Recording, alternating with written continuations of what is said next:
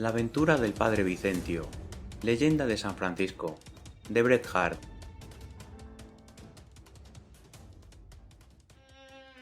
Una víspera de Año Nuevo, hace unos 40 años, el padre Vicentio, que venía de la Misión Dolores, seguía lentamente su camino a través de las arenosas colinas. Cuando trepaba por la cresta más elevada, cerca de la Misión Creek, su ancha y luminosa faz podía confundirse fácilmente con la benéfica imagen de la luna saliente. Tan blanda era su sonrisa y tan indefinidas sus facciones. Era el padre Vicentio, hombre de notable reputación y carácter. Su ministerio en la misión de San José había sido recibido con cordialidad y unción. Los salvajes, de corta inteligencia, le adoraban, y había logrado imprimir su individualidad entre ellos con tal firmeza que, según se decía, los niños tenían un milagroso parecido con él. Cuando llegó el santo sacerdote a la parte más solitaria del camino, espoleó a su mula para acelerar el paso, al que el obediente animal se había acostumbrado durante su larga experiencia de los hábitos de su amo. Aquella localidad tenía mala fama.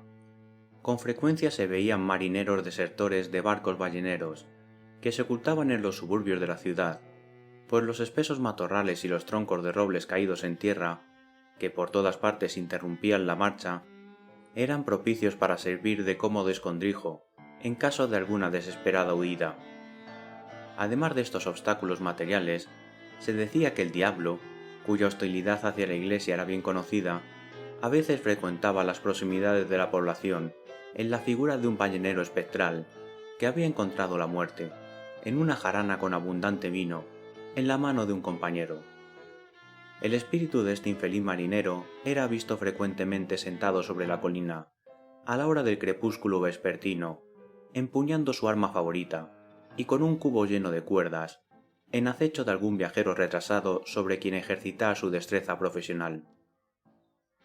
Se cuenta que el buen padre José María, de la Misión Dolores, había sido atacado en 2 ocasiones por ese fantasma deportivo, que una vez, al volver de San Francisco, jadeante por el esfuerzo necesario para trepar la colina, se había sobresaltado al oír un estentorio «¡Aquí está!», seguido de un agudo arpón que se enterró en la arena inmediatamente delante de él, y en otra ocasión había escapado de la muerte con dificultad, pues el diabólico arpón atravesó su sarape y se lo llevó enganchado como un trofeo. Al parecer, la opinión popular se hallaba dividida en cuanto a la razón de la preferencia del diablo por el padre José. Aseguraban unos que la extremada piedad del sacerdote excitaba la animosidad del malo, mientras otros creían que simplemente pretendía, desde el punto de vista profesional, conseguir una provechosa captura. Aunque el padre Vicentio hubiera sido hombre inclinado a la burla, considerando tales apariciones como novedades heréticas, había otra historia semejante, la de Concepción, el vaquero, cuya terrible reata era tan certera como el arpón del ballenero. Concepción había sido en vida un celebrado vaquero y cazador de caballos salvajes, del cual referíase que había perseguido al demonio en figura de un veloz potro pinto desde San Luis hasta San Francisco, haciendo voto de no cesar en la persecución hasta dar alcance al enmascarado enemigo. El demonio interrumpió tal designio recobrando su propia figura, pero el infortunado vaquero persistió en el cumplimiento de su voto temerario, y todavía recorría la costa sobre un corcel fantasma, rompiendo la monotonía de su eterna persecución con la compañía de diestros individuos provistos de lazos, a quienes obligaba a seguirle hasta que un día eran recogidos casualmente, medio muertos de fatiga, a un lado del camino. El padre había escuchado atentamente la relación de las correrías de aquel terrible jinete. Sin embargo, ningún tropiezo alteraba la tranquilidad de la noche, y los cascos de su mula se hundían silenciosamente en la movediza arena. De cuando en cuando, pasaba rápidamente a su lado un conejo, o una codorniz se ocultaba entre los arbustos. La melancólica llamada del ave fría en los pantanos inmediatos a la Misión Creek llegaba a él con tan fantástica languidez que parecía más un recuerdo del pasado que una realidad del presente.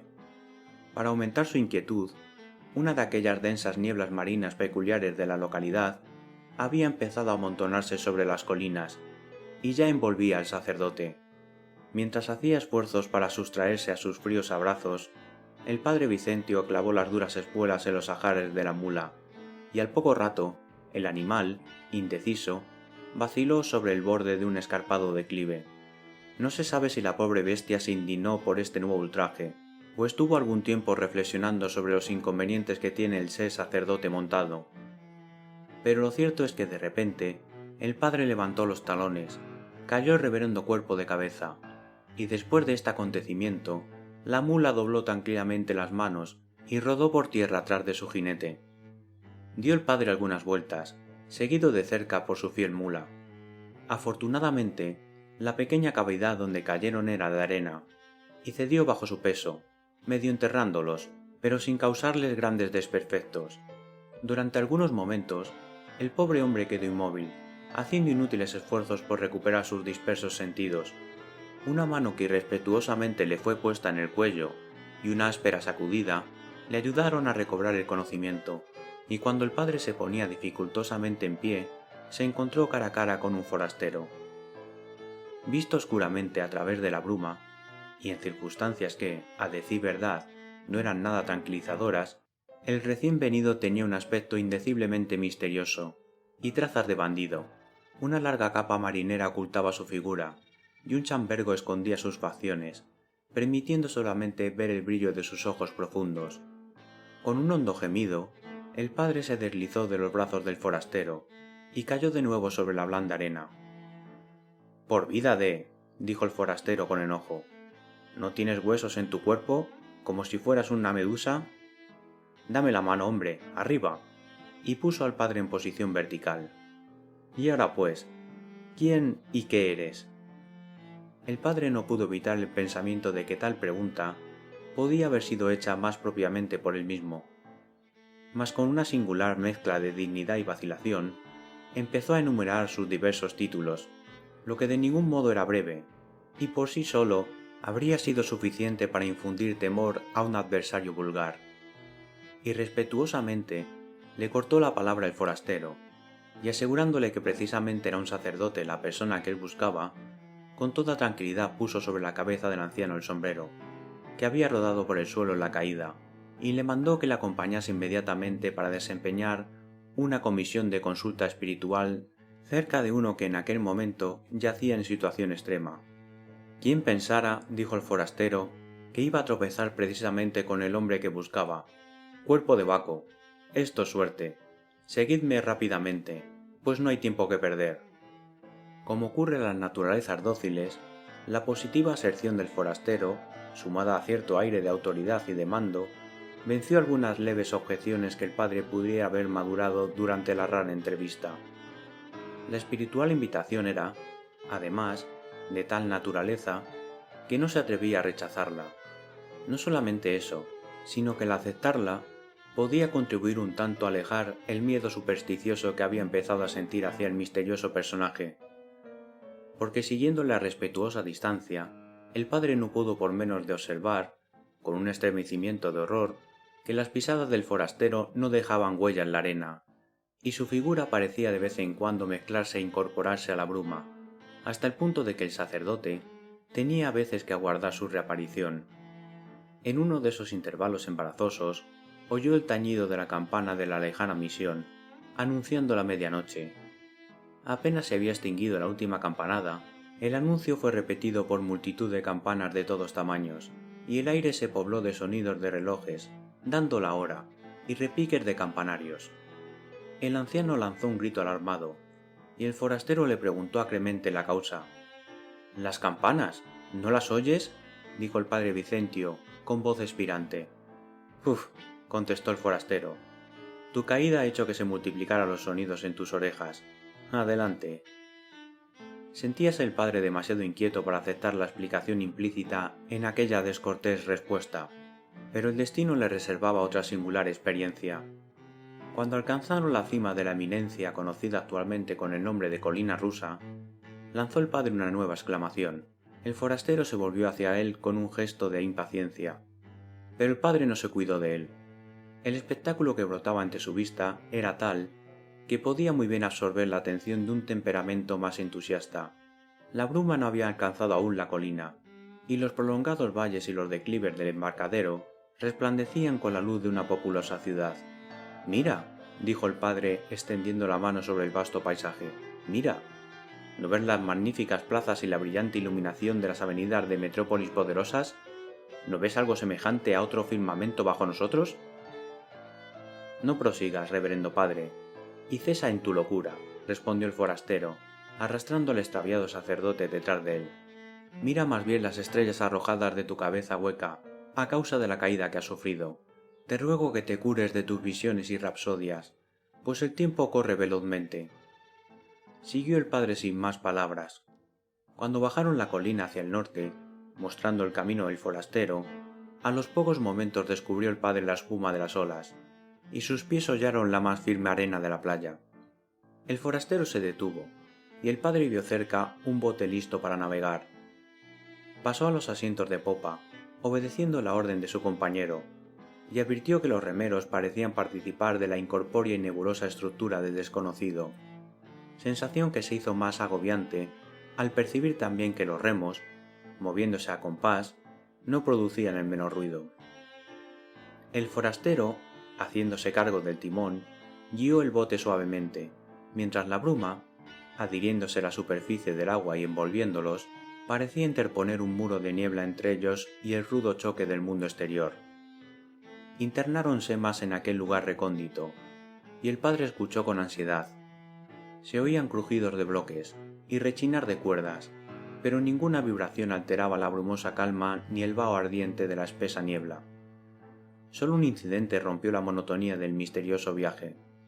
Un remero que no tenía más que un ojo, y que se sentaba enfrente del padre, se apoderó de la mirada del sacerdote, hizo una horrible mueca, y mostró una espantosa sonrisa, guiñando su penetrante ojo con tan diabólica intensidad que el padre se vio obligado a articular una piadosa jaculatoria, que tuvo por desastroso efecto el hacer que el marinero echase los pies por el aire y metiese la cabeza en el fondo del bote, pero ni siquiera este incidente turbó la gravedad del resto de la horrible tripulación. Cuando, según le pareció al padre, habían transcurrido 10 minutos, apareció a lo lejos el perfil de un gran buque, que se presentaba de costado ante la proa del bote. Antes de que pudiera lanzar el grito de advertencia que brotaba de sus labios o prevenirse contra el irremediable choque, el bote pasó tranquila y silenciosamente a través del costado del buque, y el santo sacerdote se encontró de pie sobre el puente de lo que parecía ser una carabela antigua. El bote y su tripulación se habían desvanecido. Solamente permanecía allí su misterioso amigo el forastero. A la luz de una lámpara que se balanceaba, el padre observó que estaba ante una hamaca, sobre la cual, aparentemente, yacía el moribundo para asistir, al cual había sido tan misteriosamente requerido. Cuando el padre, obedeciendo a una indicación de su compañero, se acercó al doliente, éste abrió débilmente los ojos y le dirigió estas palabras: «Tienes ante ti, reverendo padre, a un desvalido mortal, no solo en lucha con las últimas agonías de la carne, sino vencido y agitado por la dolorosa congoja del espíritu. Importa poco cómo o cuándo me convertí en lo que ves ahora. Basta saber que mi vida ha sido impía y pecadora, y que mi única esperanza de absolución descansa en la revelación que voy a hacerte, de un secreto de mucha importancia para la Santa Iglesia, y que afecta grandemente a su poder, a su riqueza y a su dominio en estas playas. Pero la revelación de tal secreto y mi absolución han de hacerse con una condición especial. Solo me quedan 5 minutos de vida. En este tiempo he de recibir la extrema unción de la Iglesia». «¿Y tu secreto?», dijo el santo sacerdote. «Lo sabrás después», contestó el moribundo. «Vamos, mi vida se acaba. Absuélveme inmediatamente». El padre vaciló. «¿No puedes decirme antes el secreto?». «Imposible», respondió el moribundo, con algo que pareció al padre un momentáneo relámpago de triunfo. Luego, como su respiración se hacía más débil, dijo con impaciencia: «Absuélveme, absuélveme». «Que yo sepa a qué se refiere tu secreto». «Absuélveme antes», replicó el moribundo. Pero el sacerdote vacilaba todavía, y hallábase debatiendo con el enfermo, cuando sonó la campana del buque, y en medio de una triunfante y burlona carcajada del forastero, el barco se hizo pedazos repentinamente, y las turbulentas aguas se precipitaron sobre ellos, envolviendo al moribundo, al sacerdote y al personaje misterioso. El padre no recobró el conocimiento hasta la tarde del día siguiente, cuando se encontró echado en una pequeña cavidad entre las colinas de la misión. Su fiel mula, a pocos pasos de él, pacía tranquilamente la rala hierba. El padre hizo lo mejor que pudo el camino de su residencia, pero discretamente se abstuvo de narrar los sucesos antes mencionados, hasta después de descubierto los áureos tesoros.